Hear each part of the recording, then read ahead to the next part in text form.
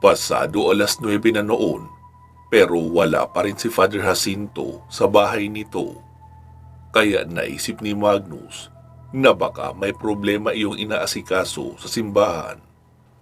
Kaya pinatay niya na ang TV at kinuha ang susi sa sabitan at naglakad patungo sa simbahan. Naabutan niyang may isang dalaga ang umiiyak sa harapan ng pari. May kasama rin iyong binatilyo na mga nasa 15 taong gulang siguro. Sa tingin ni Magnus ay magkapatid iyon dahil hindi magkalayo ang itsura ng dalawa. Noong makita siya ni Father Jacinto ay kinawayan siya noon at pinalapit. "Magnus, kumusta ang naging lakad mo?" "Ayos naman po, Ninong. Tinapos ko ng matandang aswang na sinasabi mo." "Mabuti kung ganon. Tamang-tama ang dating mo. Heto, sina Elsa at Jepoy. Nakatira sila sa Barangay Bukaw. Sakop pa yun ng bayan ng San Isidro. Inaatake raw ng aswang ang pamilya nila. Hindi ko alam kung totoo ang sinasabi nila.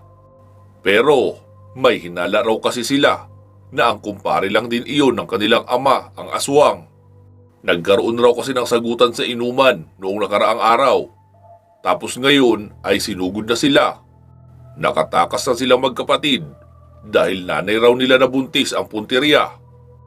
Naroon naman daw sa bahay nila ang kanilang ama, pero may sugat na sa tiyan mula sa kalmot ng aswang. Kaya sumama ka muna sa kanila. Magdala ka na rin ng panahi. Tahiin mo ang sugat noong tatay. Tapos lagyan mo ng gamot. Linda, nasaan ang gamot na pinapakuha ko sa iyo?" "Heto po, Father, yung gamot at sinulid na panahi." "Ha? Bakit panahi ng damit? Sabi ko panahi ng sugat, di ba?" "Wala naman po tayong ganun, Father." Sabi naman ni Magnus. "Pwede na yan, Ninong. Tsaka Aling Linda, marunong ko magtahi kahit mga pulit na damit?" "Opo, sir." "Eh di tamang-tama, sumama ka sa akin, ikaw ang magtatahi." "Ha? Sugat ang tatahiin roon eh. Hindi ko pa nasusubukang magtahi ng ganon." "Eh di ito na ang pagkakataon mo na masubukan." Kakamot-kamot naman ang ulo niya ang matandang ginang. Sabi naman ni Father Jacinto, "Sige na Linda, sumama ka na para may makasama rin itong mga bata. Eto, holy water, dalhin mo. Wisikan mo ang paligid kapag may naramdaman kang kakaiba." Sabi naman ni Magnus, "Teka Father, kukuha lang ako ng mga armas." "Huwag ka nang magdala na kung ano-ano anak. Simpleng aswang lang naman iyon. Heto, may dala naman palang itak itong si Elsa. Iha, siya na ang pagdalhin mo niyang itak. Ito nga pala si Magnus, inaanak ko. Siya ang tutulong sa inyo sa problema sa aswang." "Talaga po?" Tanong naman ng binatilyo. "Oo, magaling yan. Kayang-kaya niya iyon." Sabi naman ni Magnus, "Anong pinagsasabi mo, Ninong? Pinapasugod mo ako ng ura-urada nang walang paghahanda?" "Ano ka ba anak? Hindi mo kailangan ng paghahanda. Maning-mani mo yun." Wika pa ng pari, sabay tulak na kay Magnus. "Oh, sige na iha at iho. Sumunod na kayo sa kanya. Linda, maging alisto ka rin ha." Wika pa ni Father Jacinto. Naglakad na nga si Magnus kahit pa nag-aalangan talaga siya sa lakad na iyon. Itak lang ang dala niya.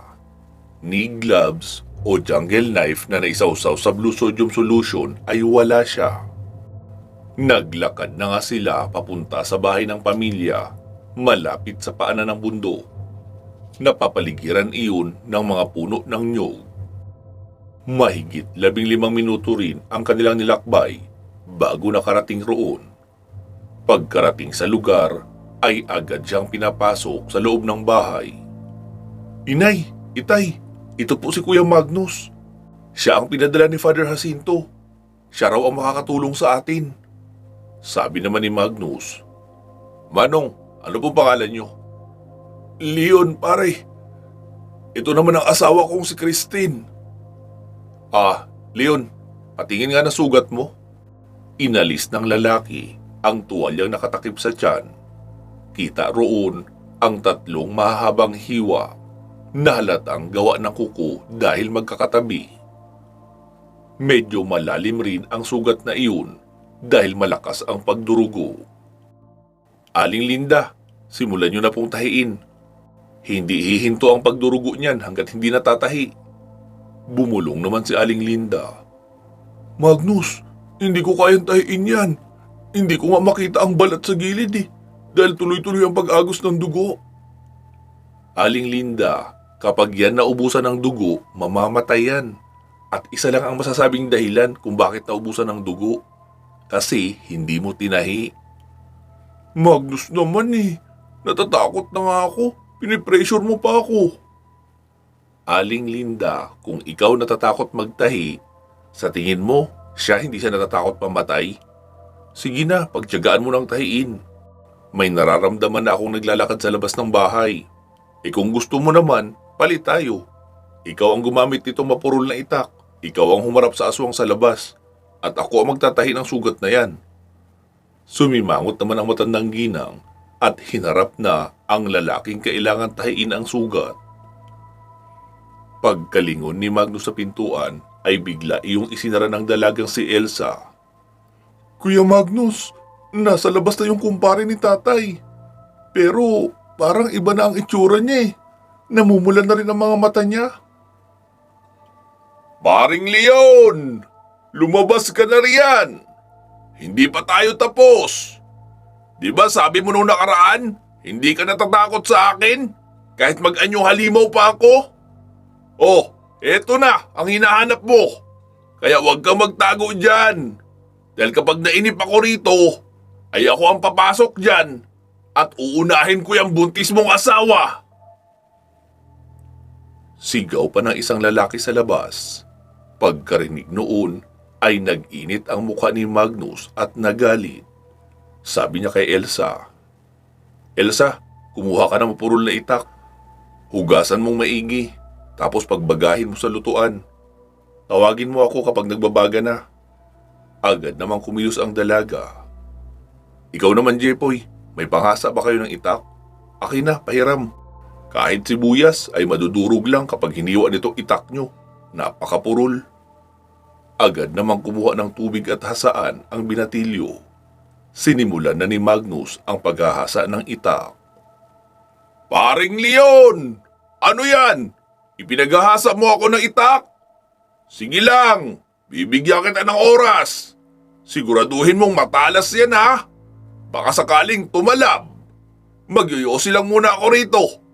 Bibigyan kita na kahit isang oras para makapaghanda ka naman sa laban natin. Siguradong malakas ang pagdurugo ngayon ng sugat mo Amoy na amoy ko rito. Pero mas amoy ko pa rin ang sanggol na nasa sinapupunan ni Kumare. Wika pa ng lalaki na nasa labas, sabay tawa. Si Magnus naman ay tuloy-tuloy lang sa paghasa noong itak. Ilang saglit pa ay lumapit na ang dalagang si Elsa kay Magnus. Kuya Magnus, nagbabaga na ang itak na pinabaga ko. Ano pong gagawin ko roon? Sabi naman ni Magnus. Sige, ako na ang bahala. Nagtungo na nga si Magnus sa kusina at kinuha ang nagbabagang itak. Kumuha rin ng baso. Dinala niya iyon sa kinaroroonan ni Mang Leon at Aling Linda. Aling Linda, balita dyan. Mabagal, Magnus. Hindi ko makita masyado ang balat sa gilid dahil malakas ang pagdurugo. Umurong ka muna, Aling Linda. Pahingi ako ng konting dugo. Ha? Anong ibig mong sabihin? Pagkalingon ng ginang kay Magnus ay nakita niyang papalapit na ito at idiniin ang dalang baso sa gilid ng tiyan ng lalaki.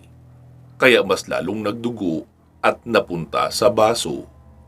Siguro, mga 2 kutsara lang naman ang nasahod ni Magnus roon at inalis niya na rin agad. Mang Leon, humanap ka ng tela na iyong kakagatin. Kailangan kong sunugin ang sugat mo para mapahinto ang pagdurugo. Hindi yan kakayanin ng pagtatahi kung ganyan kalakas ang daloy. Mauuna kang maubusan ng dugo bago matapos ang pagtatahi nitong si Aling Linda. Papasuin natin ang mainit na itak ang sugat mo. Huwag kang mag-alala. Kapag natapos ko na ang aswang sa labas ng bahay nyo, ay dadalhin kita sa ospital. May sasakyan naman ako. Ano? Kaya mo? Tumango naman ang Ginoo habang makikita sa muka at labi ang pamumutla dahil sa tuloy-tuloy na pag-agos ng dugo. Jepoy, Elsa, diinan niyo ang magkabilang balikat ni tatay niyo. Ikaw naman Aling Linda, sa ulo ka. Mang Leon, handa ka na? Tumango naman ang lalaki. Dahan-dahan ang idiniin ni Magnus ang itak sa sugat. Makikita naman ang panginginig ng lalaki sa sobrang sakit. Kumikisay-kisay pa iyon. Ilang saglit pa ay nawalan ng malay. Iniangat na ni Magnus ang itak. Umuusok-usok pa iyon at makikitang nasunog talaga ang balat at laman na pinagdiinan. Aling Linda, tapalan nyo na lang muna yan ng malinis na tela at bendahan ang bahaging may sugat para hindi maimpeksyon. Kailangan ko nang asikasuhin ang bisita nila sa labas. Nasa bubong na naglalakad. Jepoy, akin na yun. Wika pa ni Magnus, sabay turo sa pinatulisang bagakay na nakasandal sa gilid ng poste ng bahay. Magnus, anong gagawin mo rito sa dugo na nasa baso? Para yan sa itak, Aling Linda, para tumalab sa aswang, sasamahan niya ng orasyon. Tumingala si Magnus at pinakiramdaman ang yabag ng paa sa bubungan hanggang sa malinaw niya nang nakikita ang bahaging lumulundo o bumababa. Dali-dali siyang tumayo at buong puwersang isinaksak roon ang bagakay. Isang malakas na palahaw ng galit na pusa ang pumailan lang sa tahimik na kapaligiran. Kasabay noon ay ang tunog ng paggulong sa bubong at pagbagsak sa lupa. Nagpunta agad si Magnus sa kusina at kinuha ang hinasa niyang itak. Lumuhod siya direkta sa lupa at ibinulong ang isang hindi pangkaraniwang orasyon na itinuro sa kanya ni Maris na maaaring mapakinabangan sa mga gipit na sitwasyon. Matapos iyon mabanggit ay sa kanya isinulat sa itak ang 4 na letrang kataga gamit ang dugo ni Mang Leon na isinahod niya sa baso. Tumayo siya at idinarang ang itak sa apoy ng 5 segundo. Pumula ang apoy at bumalik rin sa normal ang kulay. Saka binudbura ng abo ang itak. Kuya Magnus, sinisira na ng aswang ang pinto namin. Umiiyak na wika pa ng dalagang si Elsa. Mabilis na ring tumakbo si Magnus papalapit roon. Jepoy, pagtango ko sa'yo, buksan mo ang pintuan ng biglaan. Upo, Kuya Magnus. Nanginginig na sagot pa ng binatilyo. Nakatayo na si Magnus sa gilid ng pintuan. Lumabas ka na dyan, Leon! Ubus na ang pasensya ko! Wika pa ng boses na nagsasalita sa labas. Pagkatadyak noon ay natanggal ang kapirasong tabla ng pintuan. Muli iyong umatras at bumuelo ng pagbalya. Agad tumango si Magnus kay Jepoy, kaya mabilis hinila na binatilyo ang pintuan papabukas. Pagkapasok lang ng isang paa ng aswang sa loob ng bukana ng pintuan, ay mabilis iyon sinalubong ni Magnus ng pagsaksak ng itak sa sikmura paitaas. Baon na baon ang itak at tumagos pa nga sa likuran.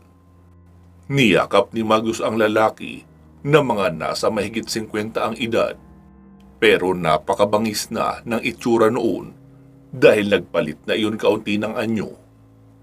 Pasensya ka na, boss. Walang malay si Mang Leon, kaya ako na muna ang mag-e-entertain sa'yo. Dilat na tulala ang mata noong lalaki habang itinutulak ni Magnus papalabas ng bahay. Sumunod naman sa paghakbang ang mga paa noon sa giya ni Magnus. Pagkarating sa unahan ay itinulak iyon ni Magnus ng malakas sabay bunot ng itak. Napalugmok ang lalaki sa lupa habang hawak-hawak ang sikmura na nabutas. Paano mo nagawang mapatagos sa akin ang isang pangkaraniwang itak? Hinasa ko lang yan kaunti, boss. Sobrang purol lang itak nila eh. Baka kahit sa gulay ihiwa ay hindi tatalab. Nakatayo lang si Magnus sa harapan noong lalaki sa pag-aakalang naghihingalo na iyon. Pero ilang saglit pa ay tumawa iyon kahit maririnig na nahihirapan sa paghinga. May lumalabas na rin na dugo sa bibig.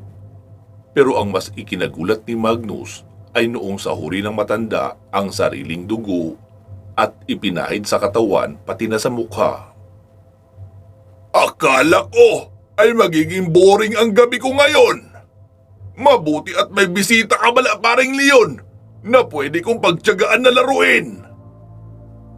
Nagsimulang kumisay ang katawan ng lalaki na parang kinukumbulsyon habang kumakapal ang balahibo sa katawan at lumalaki rin ng bahagya. Napasabi na lang si Magnus, "Kasalanan mo talaga ito, Ninong. Pinasugod mo ako rito nang walang dalang sarili kong armas." Todo sa paghingal ang lalaki na tila ba nagiging usok na ang bawat pagbuga noon ng hangin. "Maglaro na tayo, bata!" Wika pa ng aswang at payuko ng sumugod na parang unggoy ang pagkilos. Isang malakas na kalmot mula sa itaas pa ibaba ang ginawa ng aswang na sinalag naman ni Magnus gamit ang kaliwang kamay. Sabay saksak ng itak sa sikmura noon. Akmang itutusok naman noong aswang ang kaliwang kamay na pinatulis sa sikmura ni Magnus ay isang malakas na suntok naman ang ibinigay niya sa mukha ng aswang.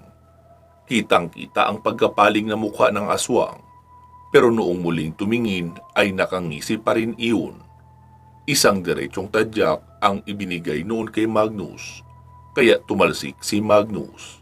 Mabuti at hindi niya nabitawan ang itak, kaya nabunot iyon sa katawan ng aswang. Muling bumangon si Magnus at patakbong sumugod uli sa aswang. Pero may inusal ang aswang sa hintuturo nito, sabay ikinumpas kay Magnus. Tila isang hollow blocks ang ipinalo sa dibdib ni Magnus ang kanyang naramdaman mula sa tigalpong tumama sa kanya. Doon niya naintindihan kung bakit napakayabang ng aswang na iyon, dahil hindi lang pala iyon pangkaraniwang aswang, kundi isa ring antingero. Pinilit ni Magnus na tumayo, pero hanggang luhod lang ang kanyang nagagawa at nagsimula na siyang magsuka ng dugo. Nakikita niya rin naman na panay ang ubo ng aswang at dumudura ng itim na dugo.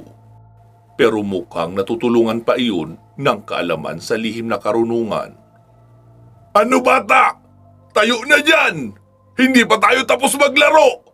Huwag mo sabihing mamamatay ka na agad! Nagkakasarapan pa lang tayo!" Pinilit tumayo ni Magnus at sumugod sa aswang. Hindi niya nadala ang itak, kaya pumormang boksingero na rin ang aswang. Pagkalapit ni Magnus ay walang umaatras sa kanila. Palit-palitan ng suntok sa katawan at mukha. Sagutan lang sila ng atake. Pero ramdam ni Magnus na yumayanig ang buong pagkatao niya at utak kapag tinatamaan siya ng aswang sa mukha. Bumuelo siya ng isang pangmalakasang suntok patungo sa panga ng aswang. Pero ang hindi niya alam, iyon din ang bibitawan ng aswang para sa kanya. Kaya pareho nilang tinanggap ang malakas na suntok sa panga. Bumalandra si Magnus at napasubsob sa lupa. Ang aswang naman ay bumarag kaunti pero hindi naman natumba. Nagsimula na rin naman iyong manghina dahil 2 beses nang tinagusan ng saksak ng itak. Walang espiritual na kakayahan ang itak na iyon. Ang ritual ng dugo ay para lamang i-bypass o malampasan ang proteksyon ng aswang sa sariling katawan. Pero ang epekto ng saksak ay parang pangkaraniwang itak lang din. Hindi kagaya ng mga benditadong itak o may basbas ng mga babaylan na kayang maglusaw ng katawan ng aswang. Nakalugmok si Magnus sa lupa pero nakatukod ang kanyang 2 braso. Pilit niyang iminumulat ang mata kasi tila nagdidilim na ang kanyang paningin kahit pa nakadilat naman siya. Muli niyang hinawakan ang itak at dahan-dahang tumayo kahit pa mukha siyang lasing na gumigewang ang pagkakatindig. "Tapusin na natin ito, bata! Mukhang kailangan ko nang gamutin sa bahay ang sugat ko mula sa ginawa mong pagsaksak!" Wika pa ng aswang at sumugod kay Magnus sa mabagal na paglalakad. Isang malakas na pagwasiwas ng kalmot ang ginawa noon. Niyukuan iyon ni Magnus at sabay saksak sa sikmura. Muling bumuelta ang aswang at kalmot pa rin ang ginawa, kaya hinugot ni Magnus ang itak sabay atras. Pagkalampas ng kalmot, ay isinaksak ni Magnus ang itak sa gilid ng leeg ng aswang papataas. Dinaanan noon ang lalamunan at bunganga at tumagos pa nga sa kabilang bahagi ng ulo. Doonan nahinto ang pagkilos ng aswang at bumagsak. Si Magnus naman ay napaluhod at natumba. Nawalan na rin siya ng malay dahil huling lakas niya na iyon. Kaya sinigurado niyang magiging sulit ang atake niyang iyon bago pa siya mawala ng ulirat. Nagising si Magnus na nasa isang papag na kawayan siya nakahiga. Noong magmulat nga siya ng mata, ay ang pawid na bubungan ng bahay ang kanyang nakikita. Saglit pa niyang inalala ang mga nangyari at kung nasaan siya. Noong mapatingin siya sa gilid at nakita niya si Aling Linda, ay doon niya naalalang, oo nga pala, nasa paanan sila ng bundok. Tinignan niya ang kanyang relo. 5:00 na ng madaling araw, pero madilim pa rin ang paligid dahil nasa bukid sila at mapuno ang lugar. Aling Linda! Mahinang tawag niya rito at tinapik ang kamay. Napamulat naman ang ginang. Sir Magnus, kumusta na ang pakiramdam mo? Ayos lang ako. Pakigising sina Jepoy at Elsa. Dali-dali naman iyong pinuntahan ng ginang. Noong pumalik ay kasama na ang dalawa. Kuya Magnus, mabuti at may malay ka na. Ang galing mo po. Napatay mo si Mang Rogelio. Bulalas pa ni Jepoy. Yun nga ang problema natin ngayon, Jepoy. Tayong naririto ay alam nating aswang ang pinatay ko kagabi. Pero kung ibang tao ang makikita sa katawang nasa labas ngayon ng bahay nyo, ay katawan lang yan ng normal na tao at mananagot ako sa batas kapag may nakaalam na pinaslang ko ang lalaking iyon.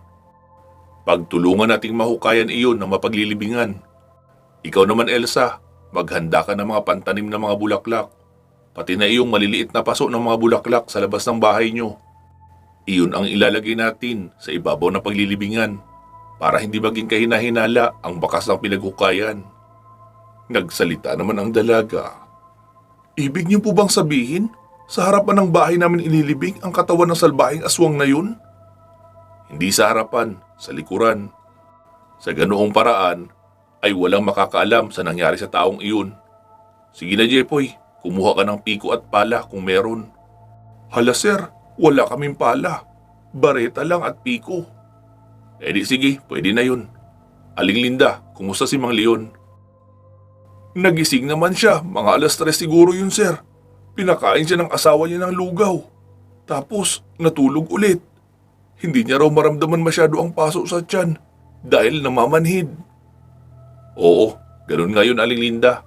Pero bago magtanghali, ay kailangan nasa ospital na siya dahil bababa na ang pamamanhid.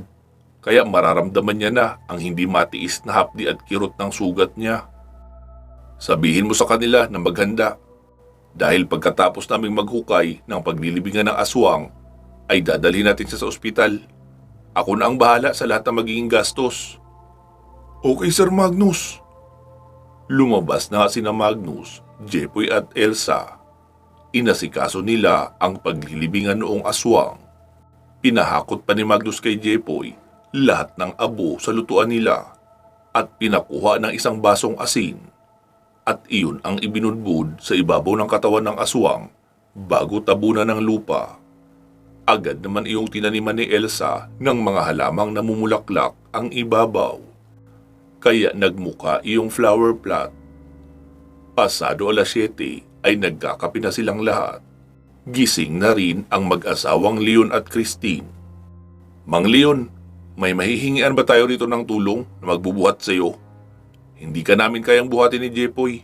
Mahina ang katawan ko ngayon. Pero huwag niyong aalalahanin na magiging gasto sa ospital, pati na ang gamot. Sagot ko na iyon. Sabi naman ng Ginoo. Jepoy, sunduin mo nga sina Julian. Sabihan mo silang 4 roon ang kailangan natin. Aabutan na lang natin sila ng kaunti para sa kanilang pagod. Agad namang umalis si Jepoy at noong naroon na ang mga magbubuhat ay pinaupo nila sa isang kawayang upuan si Mang Leon at pinagtulungan na ng 4 na tao sa pagbubuhat. Nagtungo muna sila sa simbahan at noong makita sila ni Father Jacinto ay sinabi kay Magnus na siya na ang bahala roon na magdala sa ospital. Dumukot naman ang pera si Magnus, 3,000 sa kanyang bulsa at iniabot kay Ginang Christine. Ma'am, heto po pandagdag sa gastos niyo sa bahay at pambayad niyo na rin sa mga tumulong sa pagbubuhat kay Mang Leon.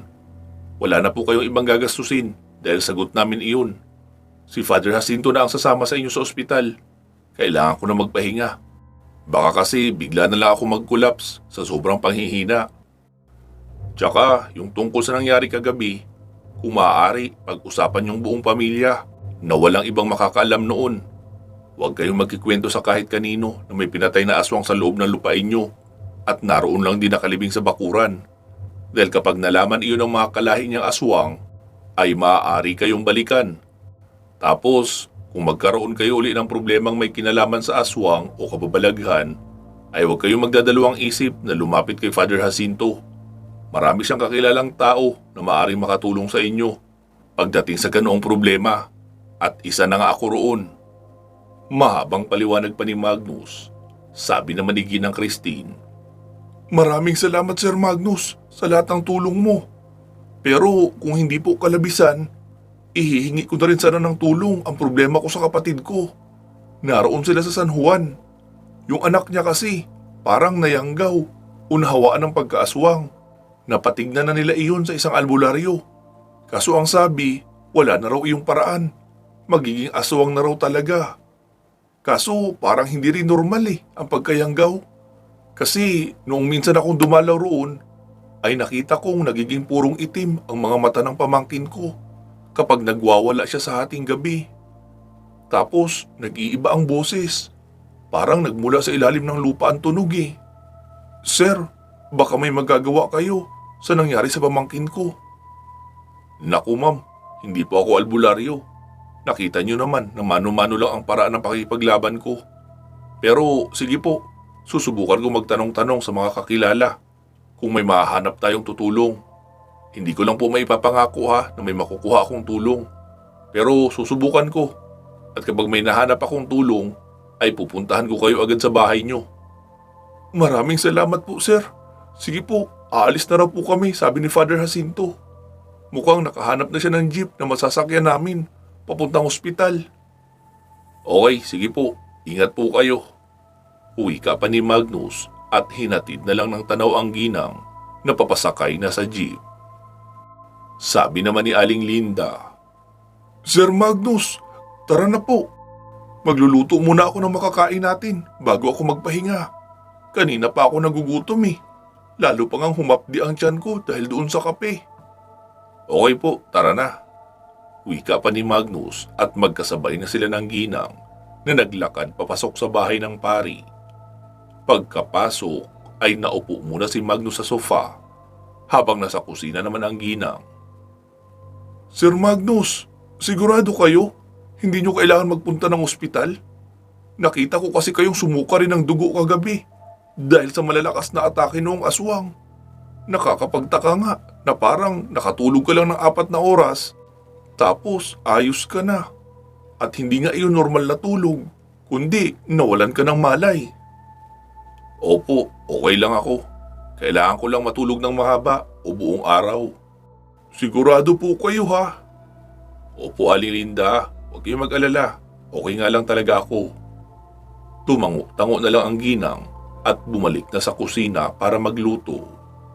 Matapos makapagluto ng tusino at noodles, ay agad nang nagsikain ang dalawa. Iyon na lang muna ang iniluto ng Ginang para mabilis lang gawin. Matapos makakain, ay umakyat na si Magnus sa kwartong kanya tinutuluyan. Nakita niyang maraming missed calls sa kanyang cellphone. Si Althea at meron ding galing kay Maris. Idinayal niya ang numero ni Althea. Hello mahal, nasaan ka na? Kagabi pa ako tumatawag sa iyo eh. Hindi ka naman sumasagot. Pasensya ka na, mahal. Iniwan ko kasi ang cellphone ko rito sa bahay. May tinulungan akong pamilya sa may paanan ng bundok. Inaatake sila ng isang antingerong aswang.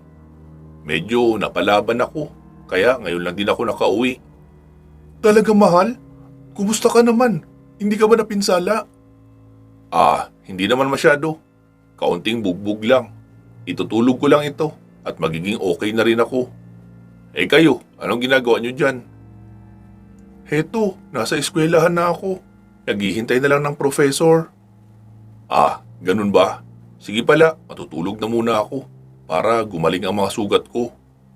Okay, sige. Mag-iingat ka dyan, Magnus, ha? I love you. I love you too. Sagot naman ni Magnus at pinatay na ang tawag.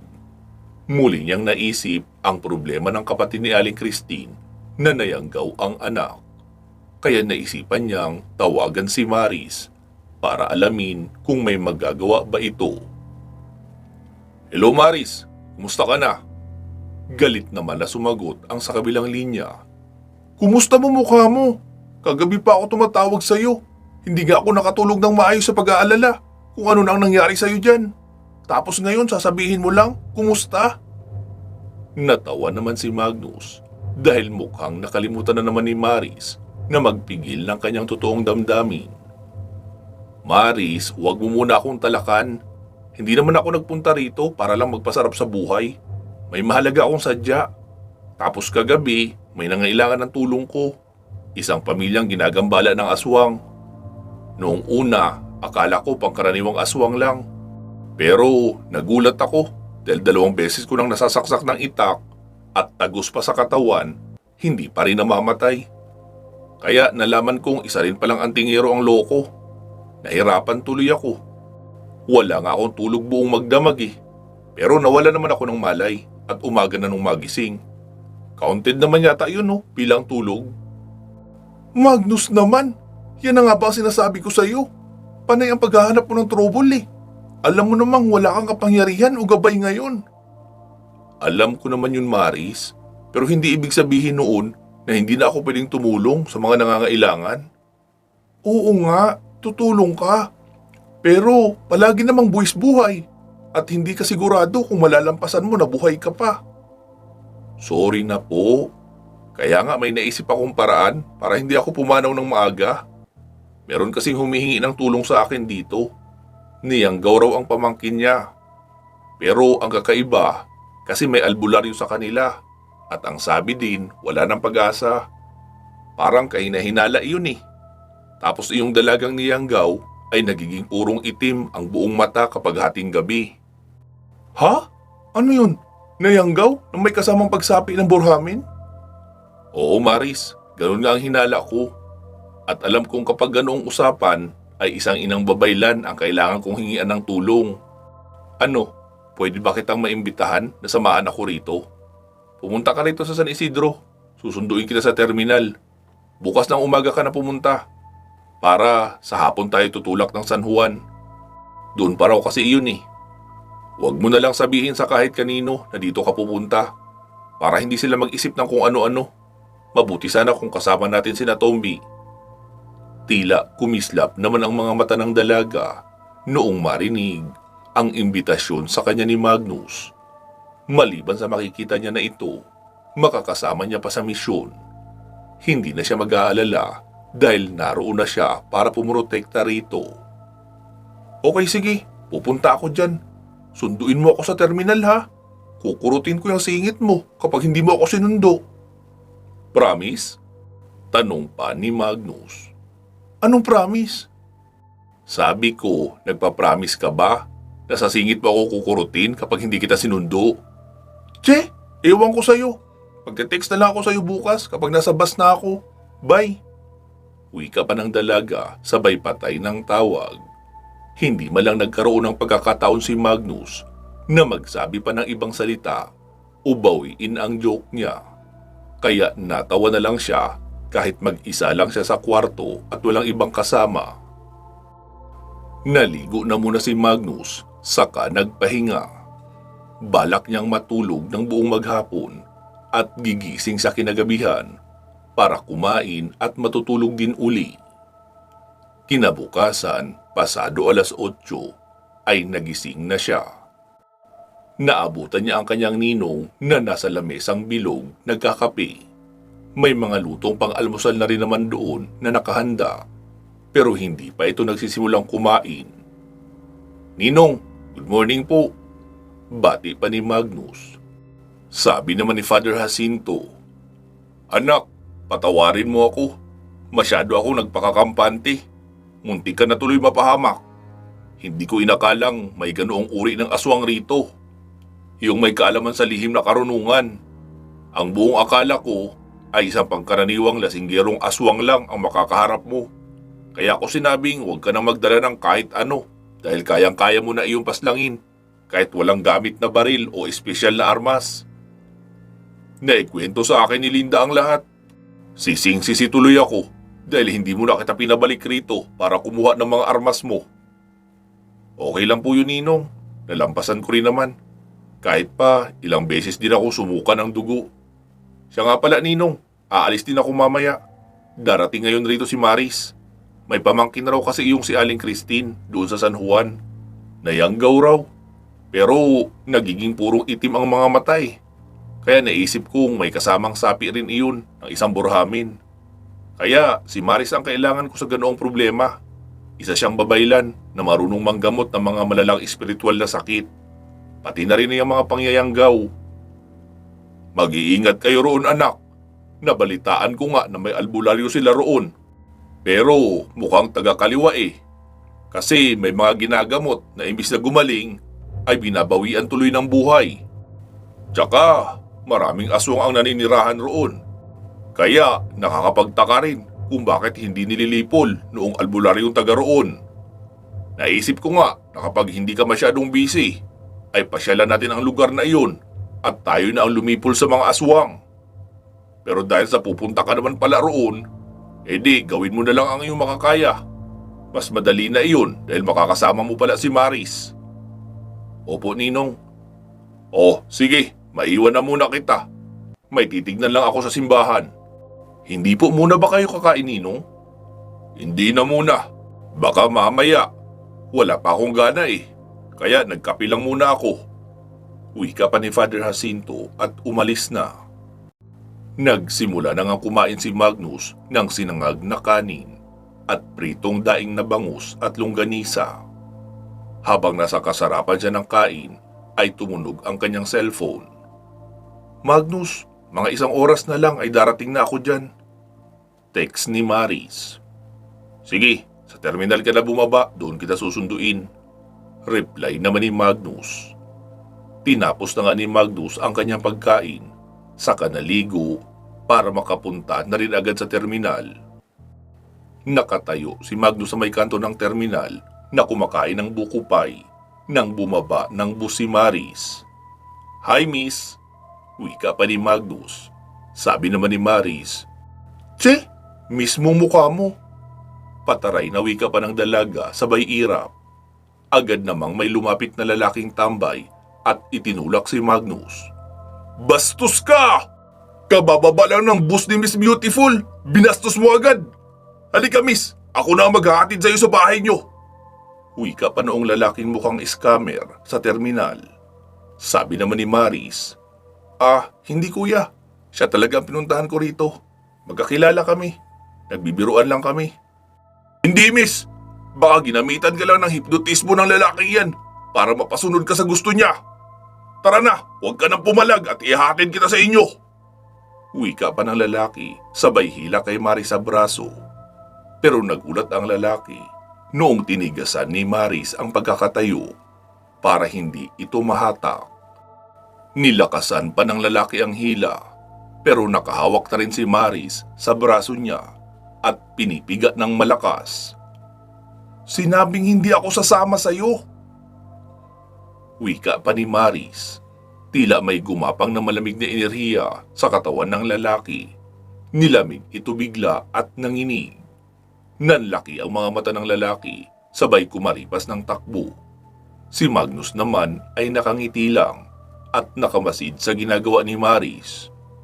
Hoy Magnus, tara na. Tsaka, hindi mo man ako ipinagtanggol roon. Ito naman, paano ko tayo pagtatanggol? Puno pa nga ang bibig ko. Tsaka, wala akong mapaglalapagan itong buko pie. Sayang naman kung ilapag ko lang sa simento. 4 na slice pa ang laman nito no. Tsaka, bago luto, ang sarap. Ay nako, mas uunahin mo pa yung buko pie kaysa sa akin. Ay, oo, sayang kasi eh. Nakangiting wika pa ni Magnus. Tatalikod na sana si Maris upang magpunta sa sasakyan na nakaparada sa unahan. Nang makita nila ang 4 na kalalakihan, may dalang tubo ang 2, kutsilyo naman ang 2. Iyan pare! May sa maligno ang babaeng iyan! Inalalayan ko sa pagbaba ng bus at inalok na ihahatid sa kanila. Tapos bigla na lang ako hinawakan ng malakas sa braso at pinigyan ng todo. Sabi naman ng mga kasama noon, tarantado kang babae ka ha? Dito ka pa talaga nag-angas sa teritoryo namin.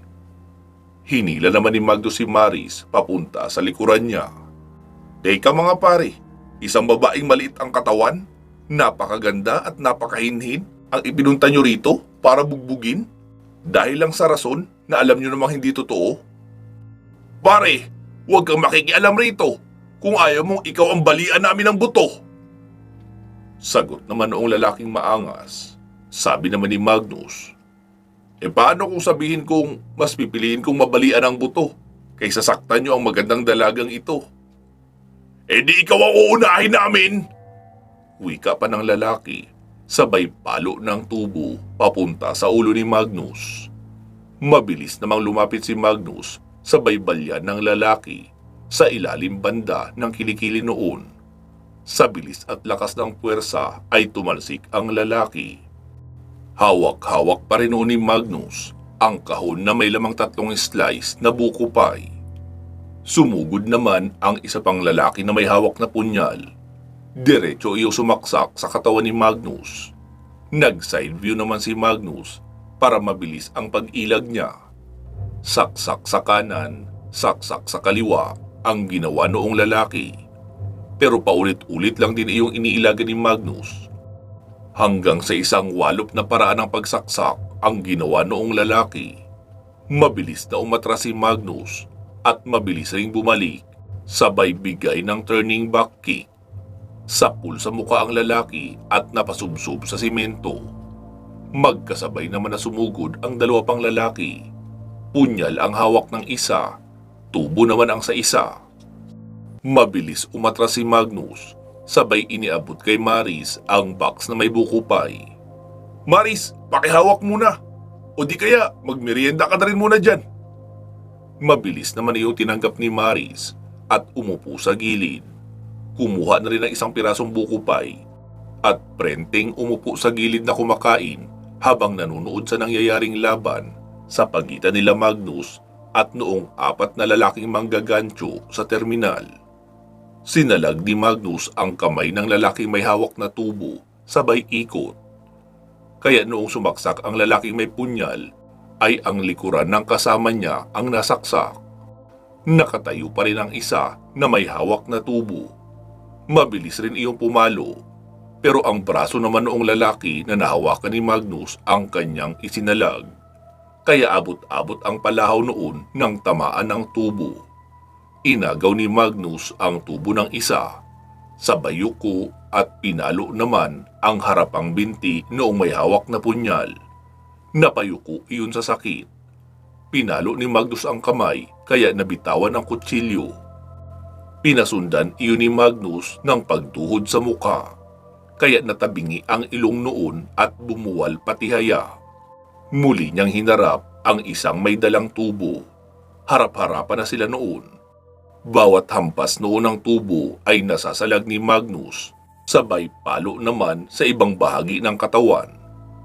Makailang ulit iyon ng palo, pero nasasangga ni Magnus ang mga atake noon at naiiwanan ng palo sa katawan, braso at ulo.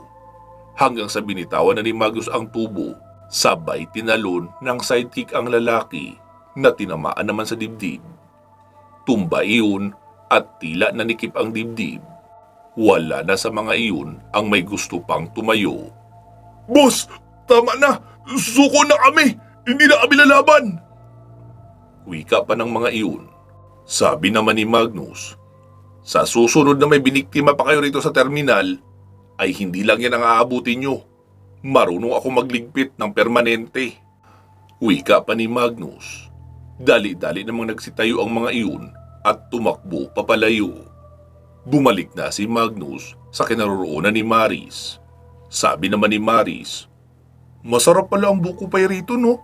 Pasensya ka na, naubos ko na yung huling 3 slice. Ayos lang yun, busog na rin naman ako. Ano, mag-almusal ka muna?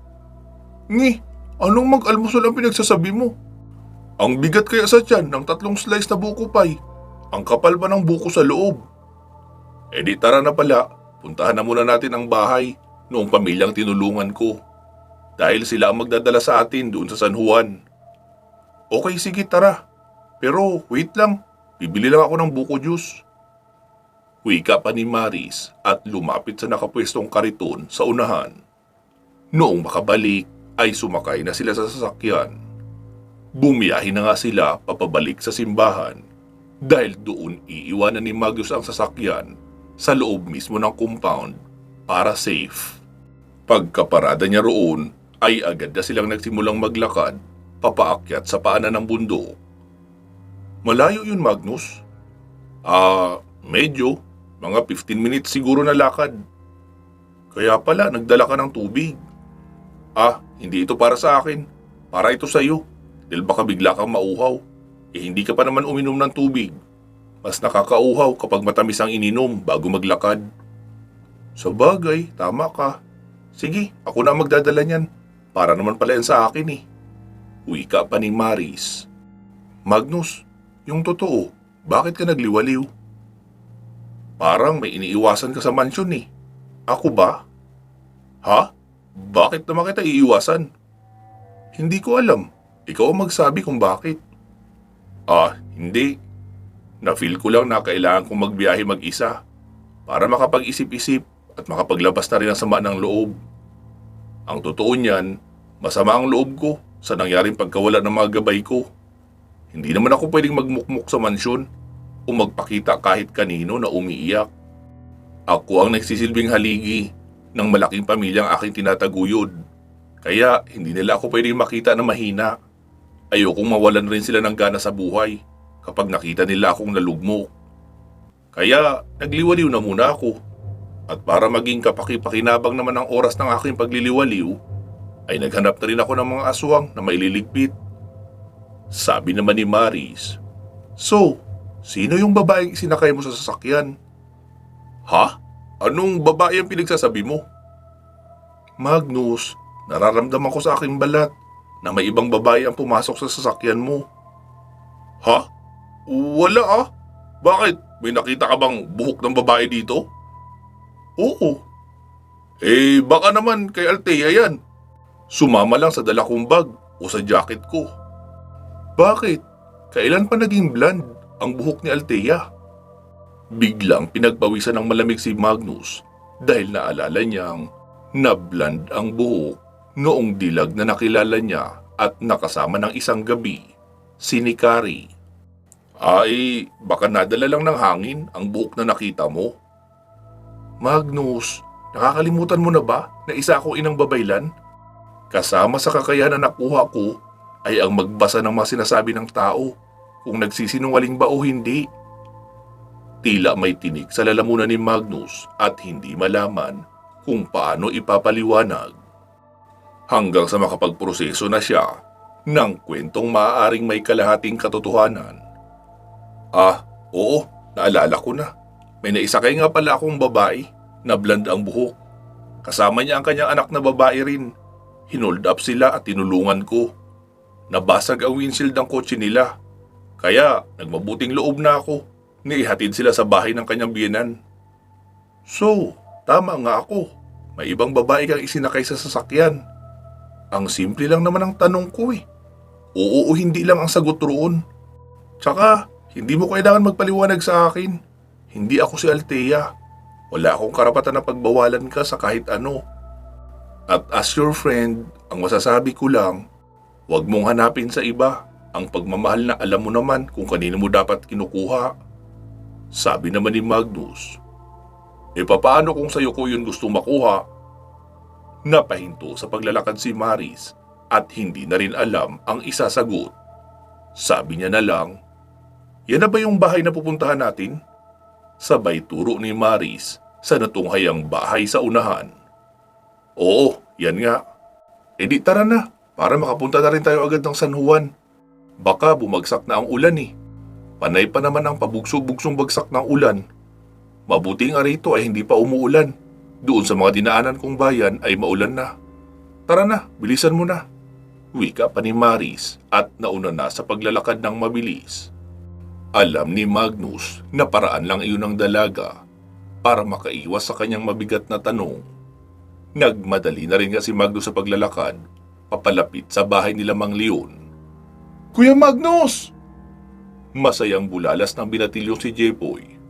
Oh, Jepoy, si nanay at tatay mo, narito na ba? Opo, naiuwi rin namin agad si tatay kahapon.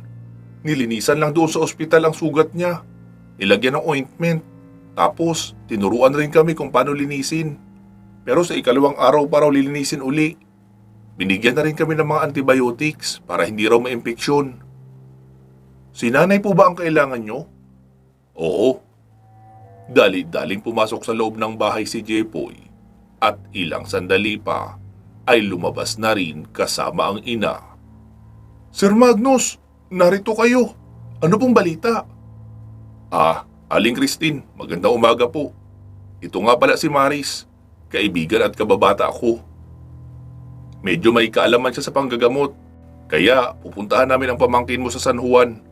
Kailangan namin na magdadala sa amin doon, nakabisado ang lugar. Ganun po ba sir? Sige, saglit lang. Susulat lang ako para sa kapatid ko. Tapos, si Jepoy ang papasamahin ko sa inyo. Jepoy, anak, maligo ka na bilis. Sumama ka kina Sir Magnus. Ihatid mo sila, kinatiyak ko rin mo sa San Juan. Titignan nila ang kalagayan ng pinsan mong si Sheena. Magdala ka na rin ng bihisan. Baka bukas pa kayo umuwi rito. Okay po, Nay. Sagot naman ni Jepoy at patakbo nang nagtungo sa kanilang banyo upang maligo. Sir Magnus, maraming salamat po ha. Madaragdagan na naman tuloy ang utang na loob ko sa inyo. Huwag niyo pong isipin yun. Kagaya lang din ako ni Ninong. Ha? Sinong Ninong po? Si Father Jacinto ang ibig kong sabihin. Hala, inaanak ka ba niya? Akala ko pamangkin. Ngumiti lang si Magnus. Sir Magnus, baka gusto niyong pumasok muna sa loob. Baka umulan rito bigla eh. Pag-almusal na rin po muna kayo. Meron kaming nilagang saging dyan na hilaw. Hindi na po. Katatapos lang namin mag-almusal. Hintayin lang namin si Jepoy para makaalis na rin kami agad. Mukhang uulan talaga eh. Kanina pa makulimlim. Oo sige, maiwan ko muna kayo rito ha. Gagawin ko lang ang sulat para sa aking kapatid na si Kuring. Okay po. Sagot pa ni Magnus at tumalikod na nga ang ginang. Makalipas ang ilang minuto ay lumabas na ng bahay ang binatilyong si Jepoy. Dala ang isang backpack. Anak, yung usapan natin ha. Huwag kang magkikwento ng kahit ano, kinatiyak ko rin mo, tungkol doon sa nangyari rito. Opo, Nay, hindi ko naman yun nakakalimutan. Pinapaalala ko lang, minsan pa naman dumudulas yung dila mo at nagtutuloy-tuloy ka na sa pagkikwento. Opo, sagot pa ni Jepoy habang kakamot-kamot ng ulo. Sige po, Aling Christine, mauna na kami. Sige po, Sir Magnus, mag-iingat po kayo. Kayo na ang bahala kay Jepoy ko ha. Opo, sagot pa ni Magnus at nagsimula na silang tatlo sa paglalakad pababa sa highway. Pagkapasok lang nila ng sasakyan ay agad na ring bumuhos ang malakas na ulan. Mabuti at hindi sila naabutan habang naglalakad pa lang. Nag-play si Magnus ng kanta sa kanyang MP3 na nakakabit sa estereo ng sasakyan para tuloy-tuloy ang kalmadong musika habang bumabiyahe sila patungo ng San Juan. Ang binatilyong si Jepoy naman ay tila noon palang nakasakay ng ganoon kagarang sasakyan dahil halos bawat sulok ay pinagmamasdan nitong mabuti. Noong mapagod ay sumandal na sa upuan at nakatingin na lang sa labas ng bintana habang tumatakbo sa katamtamang bilis ang sasakyan sa maulang kalsada. Makalipas ang halos mag-isang oras na biyahe, ay nakita na nila ang arko ng San Juan. "Jepoy, simulan mo nang ituro ang daan na tutunguhin natin," wika pa ni Magnus. "Sige po, diretso lang Kuya Magnus. Madadaanan muna natin ang munisipyo nitong bayan, tapos palengke. Kasunod ay medyo maliblib na bahagi na. Dulong barangay kasi ang kinaroroonan nila Tiya Coring." Jepoy, anong estado ng buhay nila Tiya Coring mo? Mas maunlad ba kaunti sa inyo?" "Naku, hindi po. Mabuti pa nga po ang kalagayan namin eh.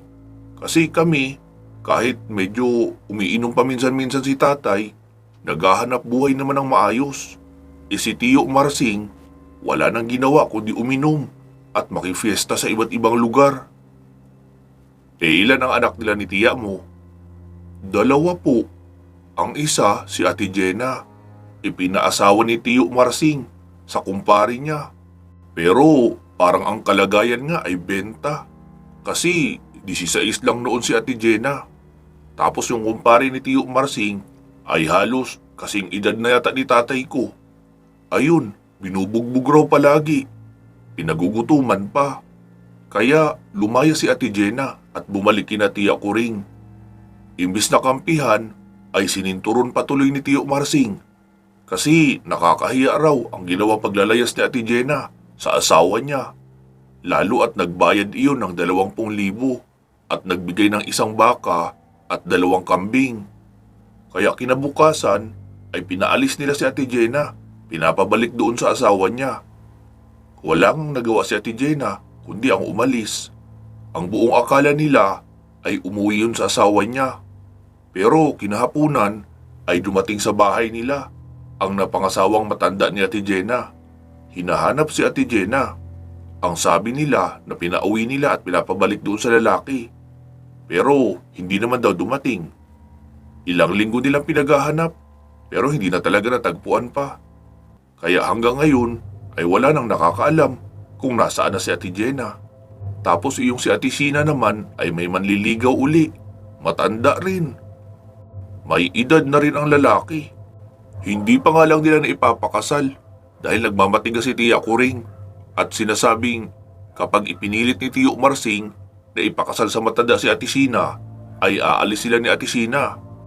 Kaya medyo kalmado pa ang sitwasyon nila ngayon tungkol roon. Kaso nga lang, medyo nagre-rebelde na si Ate Sina. Kasi hindi niya raw alam kung hanggang kailan mapipigilan ni Tiya Coring ang pagpapakasal sa kanya sa matanda. Kaya tumigil na iyon sa pag-aaral at panay na rin ang alis. Nakikifiesta na rin at nagbabarkada. Ginagawa niya na rin ang ginagawa ni Tiyo Marsing. Hindi rin makontrol ni Tiyo Marsing kasi maging siya ay palagi rin wala sa bahay. Ngayon na nga lang yata napirmi si Ate Sina sa bahay nila dahil nagkasakit na. At syempre, hindi na iyon maipapakasal sa kahit kanino.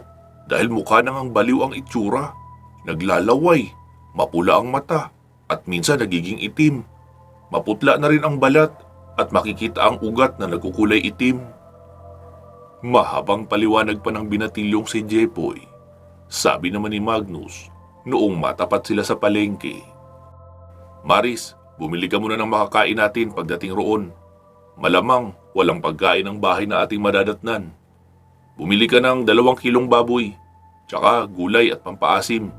Magsinigang tayo. Sili, patis at kalamansi na rin para sa sausawan. Tapos 5 kilong bigas. Jepoy, samahan mo si Ate Maris mo para may magbibitbit. 3-in-1 na kape pala, Maris, para makapagkape na rin tayo roon." "Okay, sige Magnus." Wika pa ni Maris at lumabas na sila ng sasakyan kasama ang binatilyo na si Jepoy. Noong makabalik galing sa pamimili ay kumpleto na ang dala. Nagpatuloy na sila sa pagbiyahe sa mabagal na pagpapatakbo. Sabi naman ni Magnus, Maris, may magagawa kang orasyon o sumpa para sa lasinggerong padre di pamilya? Oo, meron. Naisip ko na rin yung naiisip mo. Gagawa natin ang paraan para matigil lang masamang ginagawa ng lalaking iyon sa kanyang sariling pamilya. Sabi naman ni Jepoy, Hala, papatayin niyo po si Tio Marsing? Sabi naman ni Maris, Hindi, Jepoy. Gagamutin ko lang ang problema sa pag-iisip ng tiyo mo. Ganito kasi yan. Kapag mga bata pa at matigas ang ulo, nariyan ang mga magulang na siyang susupil o sumasaway sa maling mga ginagawa. Tapos kapag matanda na, ang batas na ang sumusupil. Pero yung mga ganyang maliliit na bagay sa loob ng tahanan ay hindi na naaasikaso ng batas, lalo kung walang nagrereklamo. Tapos, ang madalas na biktima ng pagmamalupit ay ang asawa o ang mga anak. Kaya, madalas din walang laban.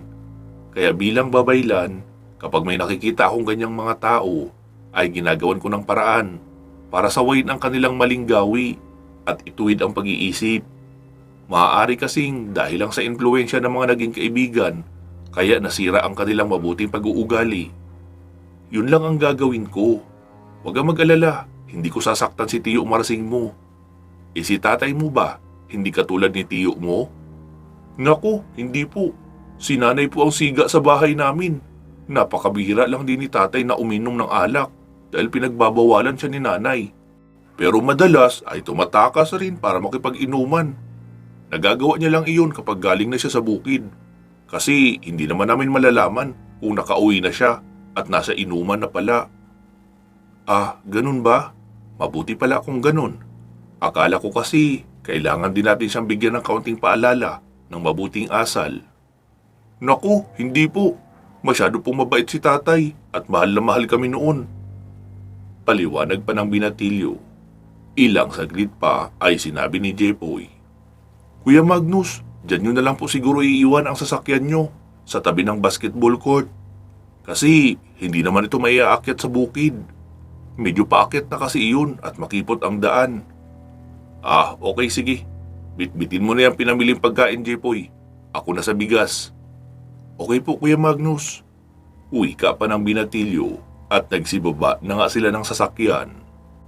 Pansamantala po muna natin puputulin dito itong ating kwento. Magsama-sama tayong muli sa part 139. Muli ko pong hinihiling sa inyo na pakinggan lahat ng kwento na ina-upload ko rito. Wala na tayong story masyado na iba ang nagbuboses. Halos lahat ay ako na dahil iyon sa inyong request. Kaya sana pagbigyan nyo rin po ang request ko na pakinggan ang lahat ng story ina-upload dito. Salamat po ha. Mag-iingat po kayo palagi. At hanggang sa muli.